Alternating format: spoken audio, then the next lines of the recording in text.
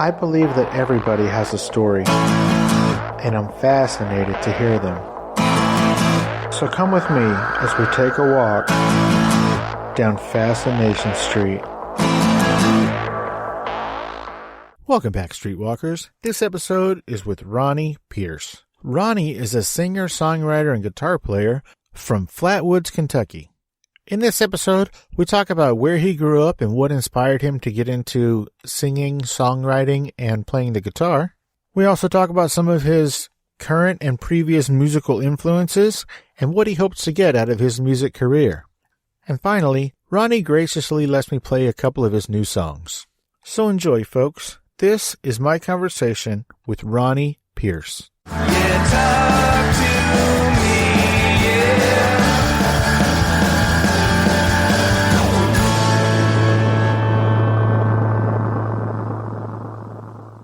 Welcome to Fascination Street, Ronnie Pierce. How you doing today? Doing great. Thanks for having me. It is 100% my pleasure. So first off, just to let everybody know how we got connected, I believe that you had, I think, replied to or responded to a Twitter post about a recent guest, Chris Smith from Fatumi. And so I think that that's how we sort of connected, and we've been going back and forth, and now here we are, man. Here we are. Thank you for letting me be a street talker, and hello, all you streetwalkers. Nicely played, sir. Well done. Ronnie, where were you born and raised? I was born in Ironton, Ohio, only because it was the closest hospital to Flatwoods, which is really where I was born and raised, I would say. Flatwoods, Kentucky. Flatwoods, Kentucky. Why do I know that name? That's probably because you've heard of, I don't know if people would refer to him as Miley Cyrus' dad or Billy Ray Cyrus. He's put that place on the map. I think up until late last year or mid last year when he had that #1 single, I think everybody listening would have said, oh, Miley's dad. But now I think he's Billy Ray again. Yeah, that's cool. We've become Billy Ray again. That must feel great. It's got to, right? As a side note, I don't think I've ever told this story, but a million years ago when he was famous the first time for his, what was the name of his song? Achy Breaky Heart. That was a test and you failed. Just kidding. So a million years ago when that song was #1, I was working at a restaurant that also had a music venue attached to it. Oh, as a matter of fact, we had a couple of completely unknown artists come through together on tour because they were trying to get their name out there. And those two artists were named Toby Keith and Shania Twain before they were anybody. So I got to meet both of them. That was super dope. But the story that I wanted to tell was at that musical venue, they were going to have Billy Ray Cyrus perform. And he said, this venue is not big enough. I will not play here unless you build me an outdoor stage out back. So the owners really wanted him to come. They spent $35,000 building an outdoor stage, and then nobody showed up. Wow. I mean, Billy Ray showed up, but no audience. Like there was maybe 100 people that showed up. Okay, I misunderstood. I thought he didn't even show up. No, he did. He was 100% a man of his word. Well, that's all. But the audience did not pay for the structure, much less his fee. Man, that's quite a story. That's probably a bigger brush with him than I've had. I just happened to grow up around in the same town and stuff, and I've always been aware of him my whole since a toddler. It seems like. Yeah, I bet. Especially for no offense, but a super small town like that, I'm sure that there's not a whole lot of people who become wildly famous and world renowned, to talk about and to fall back on. Yeah, it's pretty amazing that not only the fame he's had, but now his children are, enjoying bigger fame. It's just unbelievable, that guy from our town. It is pretty incredible. And, in the realm of talent begets talent, Miley, I don't care what anybody says, and believe me, everybody says everything about that poor little girl, but that young lady can sing. She is amazing. Yes, there's no denying that. She's got it. But we're not here to talk about those fools. We're here to talk about you fool. So, so is that where you're calling me from right now? I'm in Greenup, Kentucky, which is not too far away from Flatwood. Gotcha. And what did you want to be when you grew up? Well, that started off, I wanted to be a baseball player. I wanted to be a Cincinnati Red. And that kind of changed about puberty age. Then I wanted to be in Metallica. So it was quite a That's very specific. I want to be in that very specific band. yeah. And I'm sure that at the time that you were making that decision, it was still probably the original core unit. So there was zero chance or likelihood of that happening. But since then, I think they've added and replaced a couple of members. So who knows, man? Your shot is still out there, maybe. Yeah. Well, I kind of gave up on that one too. Then I wanted to become the next Ronnie Van Zant or Jim Morrison, their singer, and end up playing guitar, and then writing songs and all that sort of thing. That's kind of followed. That's what I've had that dream for a very long time now. So, how old were you when you first decided that you wanted to pick up an instrument and learn how to play it? I would say about 11, and it was the guitar. It was the guitar? Yes. So did you start with an acoustic like everybody else? Yeah, now when I say I started at 11, that means I had found an old guitar at a yard sale and decided to bring it home and beat on it with a yardstick. That's how I started.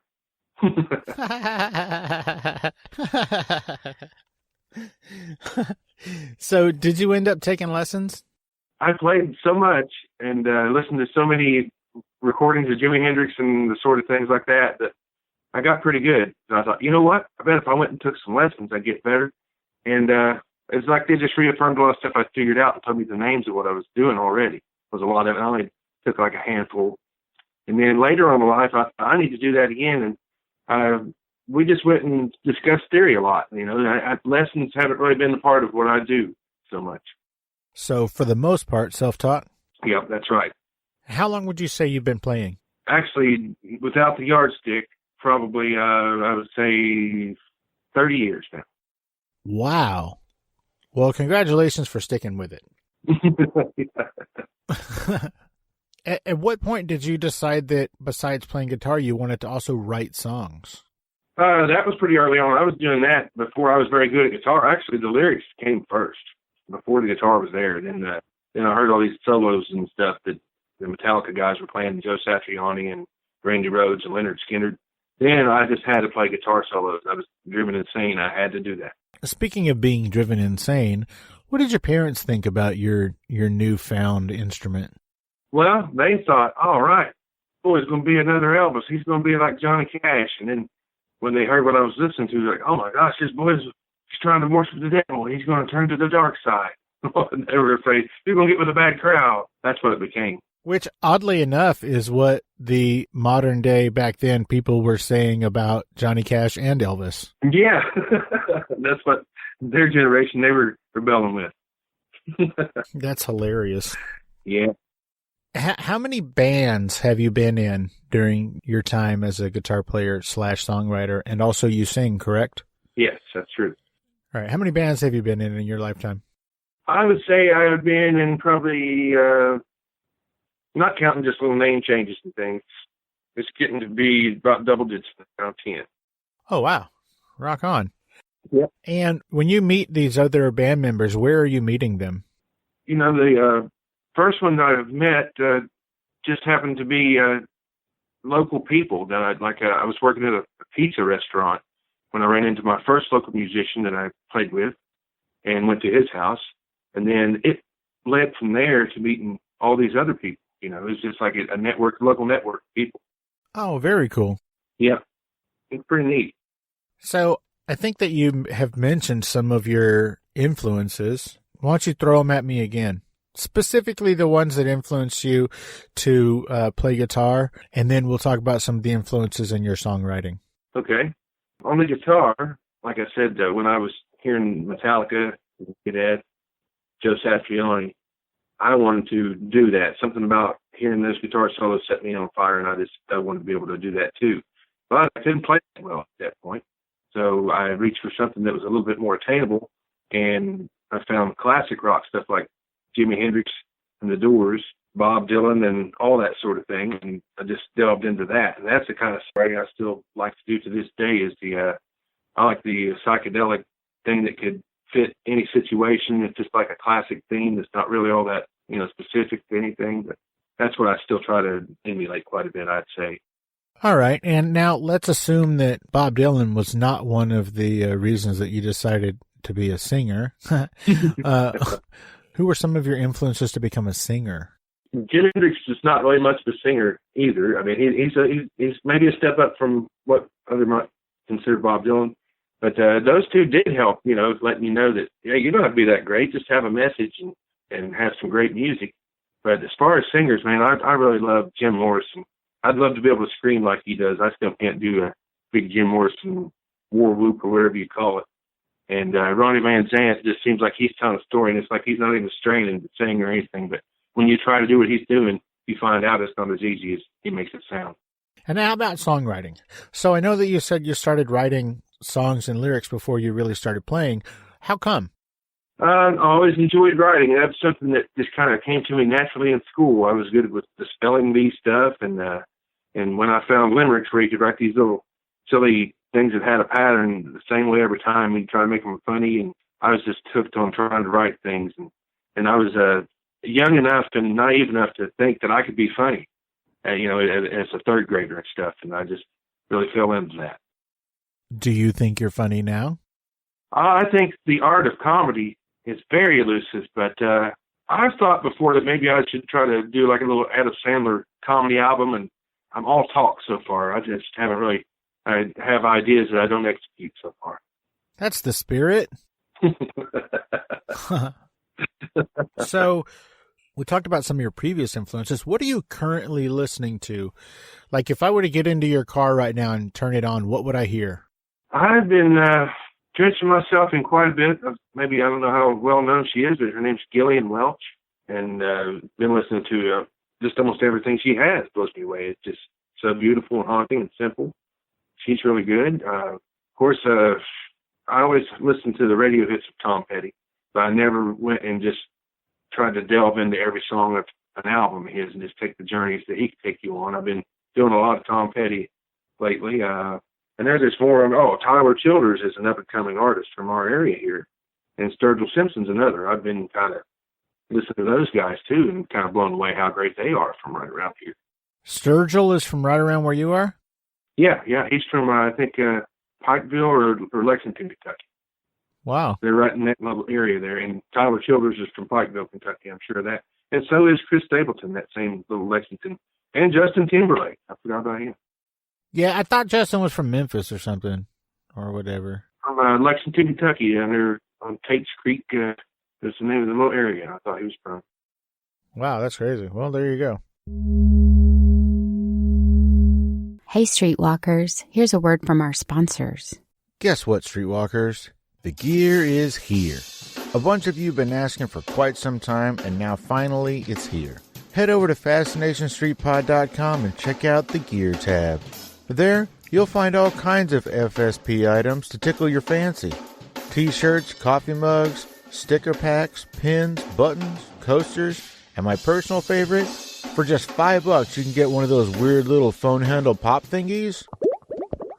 So head to FascinationStreetPod.com and show the world that you're proud to be a streetwalker. Special thanks to my good buddy Stephen O'Reilly from the Bar Star Podcast for these dope drum beats. Check out Steve's work at O'Reilly Drums on Instagram or search Stephen O'Reilly on YouTube. Let's get back into it. So how did you find Miss Welch? She's on all your major music outlets like Apple Music and Google Play Music, and all those. Do you remember the old movie Oh Brother, Where Art Thou? Of course. Well, she's got some stuff in that. That's kind of what people first notice her from. She does a version of I Saw the Light and some of those other old-timey songs in there. She's got a sound that's kind of like that, but she's got a lot of interesting stuff I really like. Oh, that's kick-ass. Speaking of which, can I take this opportunity right now to play Sunday Man by Ronnie Pierce? I believe that would be a possibility, at least. Would you like to introduce it like you're a radio DJ? Yeah, I could try that. Hello, everyone out there. This is Ronnie Pierce doing a song he wrote called Sunday Man.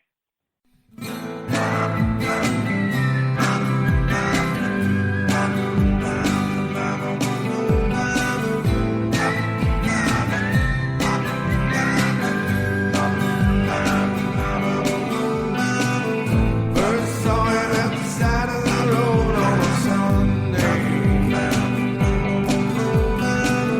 Churchgoers and synagogues passed on by, so did I. That was until their own that one day. I saw a teardrop roll down from his eye and I asked him why. He said, look how my problems got me down to the bottom. And lots of dreams, but you know I forgot 'em. I don't know how to ever get up from here.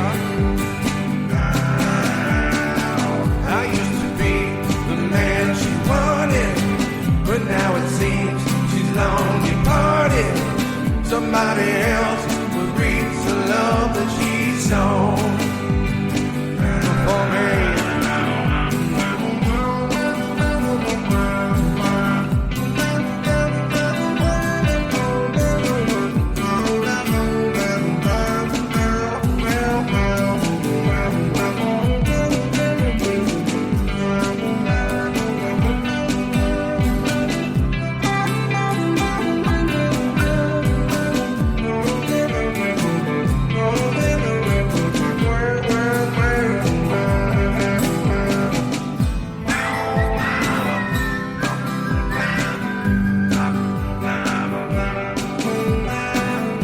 I said, oh man, you don't have back none. You blame this whole thing on yourself. He said, that's right, back, son.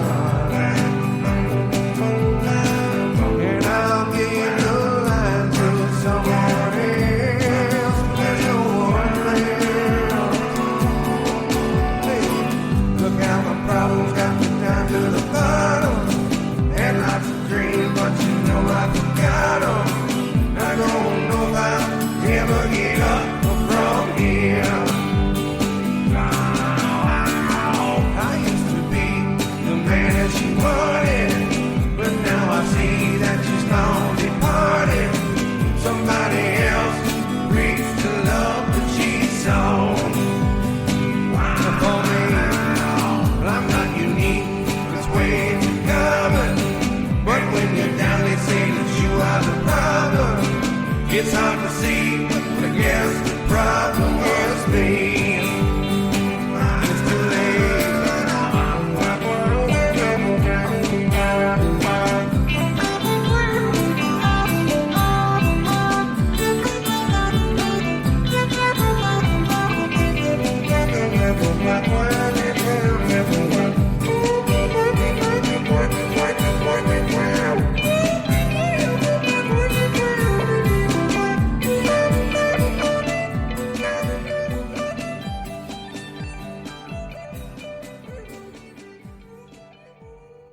Nice. Thanks for that.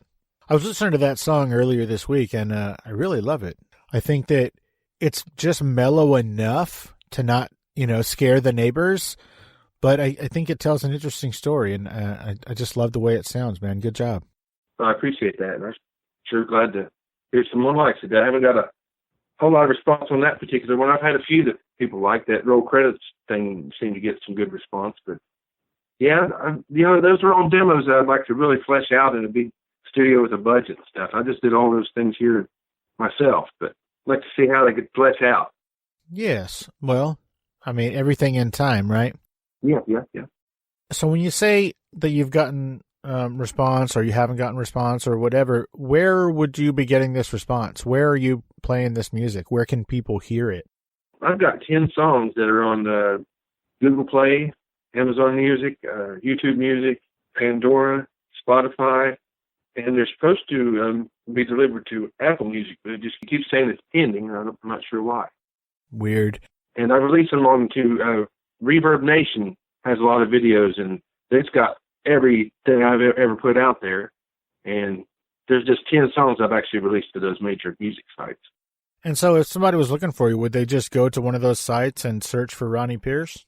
Yeah, that Ronnie Pierce Sunday Man demo, that's brings up 9 of the songs right there. One of them I may have put out a year or two back, and it might be just under Ron Pierce. It's a Christmas song called New Kid, He Is Good. It's just a single that's out there. But yeah, Ronnie Pierce should bring it up. Nice. Do you play live around town or anything, Ronnie? Yes, I've been playing quite a bit over the years. There's a little band called Mothman that I go and play with pretty regularly. We've got something for sure in April. We were supposed to be playing tomorrow, but I think that fell through. Things just kind of pop up almost once in a while. This guy with Mothman, he plays 3 and 4 days a week, every week. And I was in with that, but I had to kind of bow out. It was tying me up too much. And another thing that's kind of been holding me back is I was lucky enough to get in the laborers union, and I've been doing a lot of work and sometimes out of town. When you say the laborers union, what specifically are you doing? Laborers do a lot of different things, but what I've been mostly involved in the last 3 years is gas pipeline. Oh, wow. That sounds like a whole lot of fun. Yeah, it's a lot of work, and then I'm telling you, it might be 7/12s for 2 months solid before you get a break sometimes. It's hard on a music career, but it pays very well, and that's one thing I'm fortunate that I've been able to get into. Well, that is kick-ass. So, what do you want your future in music to be? I would love to be able to front a band and have the opportunity to be able to spend a lot of my time writing and recording music in a professional setting where it's coming out really, the quality is top notch, and, then I could really just try to focus on the ideas and the fusion of putting together some great songs. And I think I've got a lot of those inside me. And I'd just like to have a band there supporting me and trying to make it all happen. And now this may be none of my damn business, but what steps are you taking to make that dream a possibility? So far, I've just been writing these songs and trying to get those released. And not very long ago, I was able to promote myself by getting on our local news channel playing one of my songs. How'd that happen? That's another thing. I went to college and got an electronic media degree. And some of the people I know there happened to work at the news station. And they're musicians too, and we're friends. And I said, hey, how about I come up and play one of my songs? I did. And since that's happened, it seems like a lot of people I know have kind of went and done it too. But he was looking for people when that's how I knew to call him and ask. So, but that was pretty awesome. Very cool. Yeah, I really enjoyed that. It was, what was so cool about that was it happened on my birthday. I didn't even know it was going to happen until like a week before, so it was like a surprise birthday gift. Wow, that is dope. And so how was that received? That went pretty well. I got loads and loads of views and likes, more than ever on anything I've ever put out before. And people shared more shares than I've ever had also. Then I thought I was going to try to follow that up with there's a radio and TV program that's based out of Lexington, Kentucky down there where some of these guys are achieving success.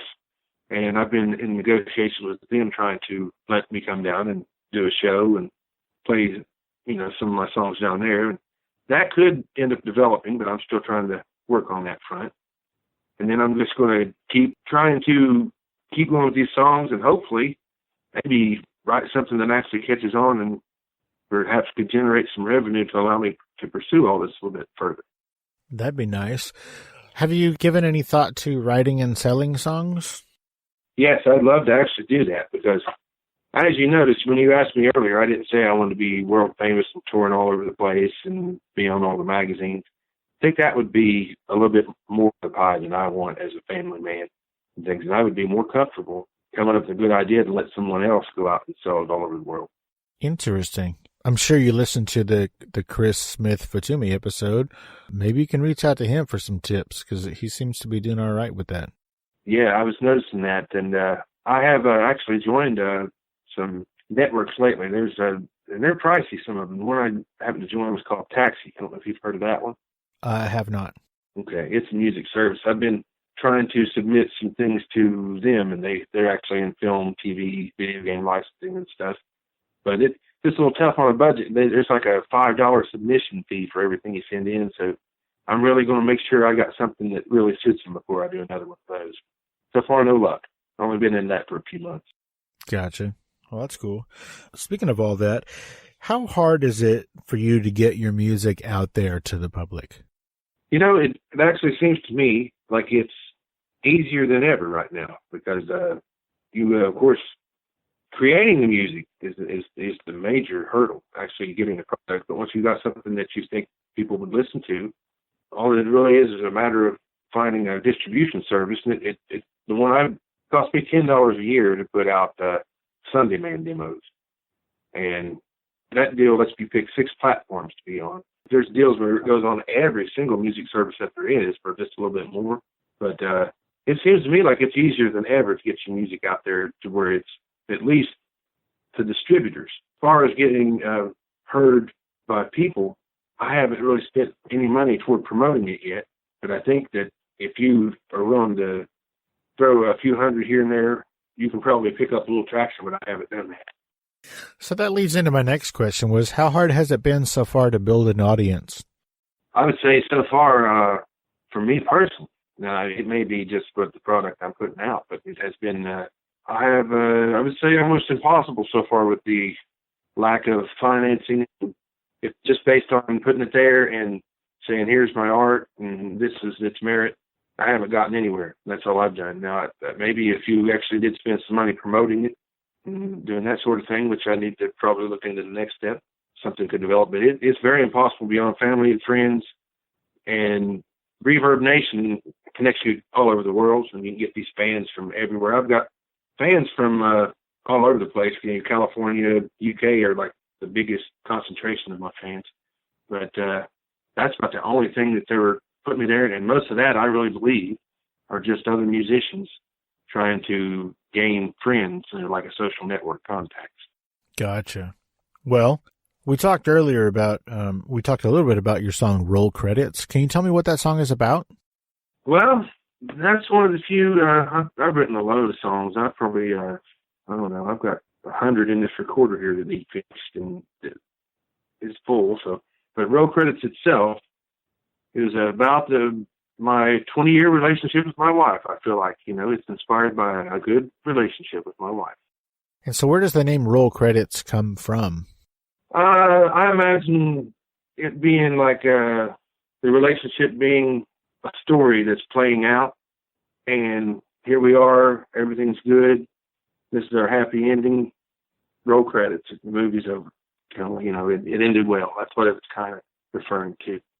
Now, please don't take this the wrong way, but I feel like you could probably have even more time ahead of you than behind you with this relationship. Why give it such why give it a name that sort of expresses such finality to it? Like, this is the end? You still got another 60 or 40 years with this woman. Well, I don't know. I think at least a 20-year span of time is at least one movie. Like in the end, and maybe we're going to start the next one where we're old people on walkers smooching each other and stuff. But, this 20-year chapter at least I think that was worth commemorating with a flick or something. Maybe that's the way I would defend that. Well, hopefully for the next one, to commemorate the next 20 years, hopefully you'll call it Smooching and Stuff. Yes, Walkers and Smooching Act 2 or something. I don't know. Yeah, Smooching with Walkers or whatever. That's awesome. That said, can I play Roll Credits? Yeah, I don't see why not. Well, you did such a fantastic job earlier. Would you like to introduce this one like you're a radio DJ? Ladies and gentlemen, this is Ronnie Pierce with Roll Credits.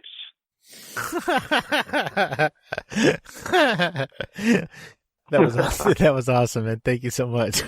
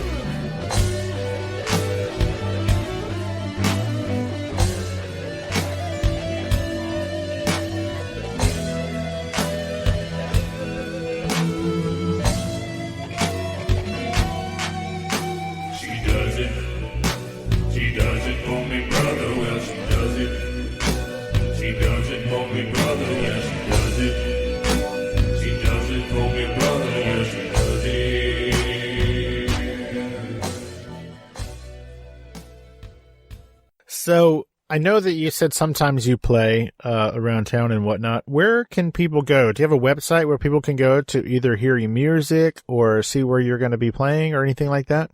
Yeah, I really am almost centric to Reverb Nation. Everything I do seems to stem from there. My releases from there, all my videos are on there, and I've been known to post gigs on there. But my Facebook page I also have, it's just Ronnie Pierce, and I try to post on there where I'm going to be playing at. Sometimes I forget because it just kind of pops up, but yeah, those would be the two places to check. Hey, Streetwalkers, here's a word from our sponsors. Hey guys, if you like what I'm doing, click the Amazon banner at the top of the homepage on FascinationStreetPod.com and do all of your shopping through Amazon. Once you click on it and it takes you to Amazon, you can bookmark it or add it to your favorites and you won't have to go to my site each time. It helps me keep the show going, and again, thanks for listening. Hey, are you interested in getting from A to B while sitting? At Detroit Bikes, we've got a new product that I think you're going to love. It's a bicycle. It's got 2 wheels, hence the bi. And the sickle is because it's a cycle that your wheels go in. So this is a product where you've got a seat. You are actually sitting while moving. Wow. And it's as easy as just pedaling, pushing with your legs. So we think that customers are going to love this product, and we hope you'll check it out at www.detroitbikes.com. www.detroitbikes.com.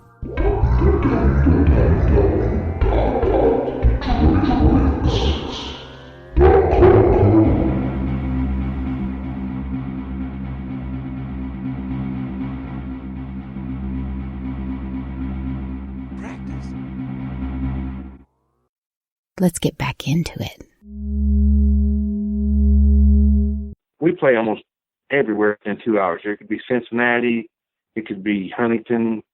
You know this area. I was noticing with your previous interview that you were going to the Tecumseh drama all the time. Yeah, I like to go up there at least once a year. I currently live in San Antonio, but for about a year and a half, I lived in Louisville, Kentucky. So we would, be a little familiar with that area. And then once we moved here, my wife sort of had a job where she would travel to the Midwest. So, she would travel to Cincinnati or Columbus, Kansas City, everywhere like that. And so I would go up and we'd hang out and go to different things like that. So that's how we stumbled upon Tecumseh. And we've been 3 years in a row. Ever since we found it, we haven't missed it. And it's super amazing. It's a lot of fun. So I am fairly familiar with that area, just sort of barely, but it's such a beautiful area. And the people are so nice. You come from a good place, my friend. Yeah, I hope I can internalize some of that. I agree with you. It does seem like, I wouldn't say anything bad about the other state, but I've traveled around. I've noticed that people in Kentucky are pretty friendly. The way I used to describe it is that, I lived in San Antonio for my whole life up until that point, and I would describe that if there was a scale that measured friendliness that went from 1 to 10, I would have put San Antonio somewhere around a 4.5 or a 5. But when I got to Louisville, Kentucky, I would put Louisville, Kentucky's friendliness somewhere around an 8.5 or a 9. Everybody that I met in Louisville was the nicest person. It didn't matter if they were a grocery store clerk or if they were a furniture salesperson or a bartender. It did not matter. It could have been just a random stranger on the street. Hell, even the police are nicer up there. I was hauling ass on whatever highway I was on because that's what I do. And I passed a cop and I was probably going 20 miles over the speed limit. And that cop was parked on the side of the highway, which I'm familiar with. That's how they get you. This dude rolled his window down, stuck his arm out the window, and just made a motion for me to slow down. That's all he did. He didn't light me up. He didn't give me a ticket. He just said, "Hey, dude, slow down." Wow. Oh, my God. That's a pretty gentle enforcement there, I have to say. It worked. I slowed right the hell down. I sure prefer that over. I've seen some different treatment out there. You probably, do you know about the Hanging Rock Speed Trap? It's like almost world famous over here. No, tell me about that. Oh, man, it's just the most ridiculous place to catch a speeding ticket, and they have been caught over there in corrupt schemes here in Hanging Rock, Ohio, at least twice, where the cops were pocketing the money from the tickets. And shoot, I've been working these pipeline jobs where I'll drive like 4 hours, to get there, and I'll leave here, and it'll be a holiday weekend. That place will be just loaded with cops, and last 3.5 hours I won't even see one yet. So concentrated there.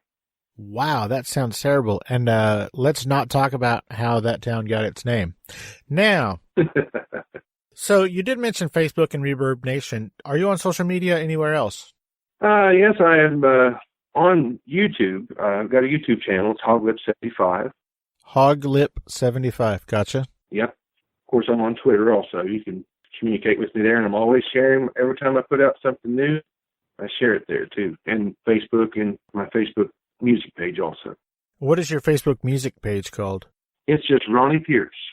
And what is your Twitter handle? That would be @Hoglip. @Hoglip. Are you on Instagram? Yes, on Instagram I'm Ron C. Pierce. Ron C. Pierce, gotcha. Rock on. Well, before I let you go, Ronnie, is there anything that we didn't talk about or I didn't ask you that you wanted to talk about? There was, and it may have slipped my mind here again, but it was right on the tip of my tongue a couple of times. I'll wait. Okay, one thing I wanted to mention was My Morning Jacket. They're from Louisville down there in Kentucky, I believe. Did you ever listen to them? I listened to them before I went. I did not know they were from there, and I've listened to them since I've been back, and I only found out that they were from there when I was talking to, I believe it was Jessie Vest from Days of the New and Tantric. He lives out there in Louisville. Oh, I sure didn't know that. That's cool. Yeah, that's a great band I have been doing quite a bit of listening to. Which one? My Morning Jacket. Oh, yeah. Yep, and the Emmylou Harris song, I actually did a version of that. I'm not going to release that because that's a cover song, but I did a version of All My Tears. I'd never heard her sing that particular song before. But man, it's so beautiful that made me want to do a cover. Well, how do you think that cover of yours turned out? I put up a little poll about it. I sang it. One version was a high vocal, kind of like a screamy sound, almost a hollering sound, and the other was more like tried to do like a speaking version. And my wife prefers the speaking version, and I thought the more rock and roll screaming one was better. And so far, the poll has showed that people prefer the storytelling talking type. So looks like I'm going to stick with that one if I ever do try to buy the rights to release that one. Well, from what I understand, I think Chris Smith talked about it in his episode. I don't think it's all that expensive to get the rights to, license a song to do a cover.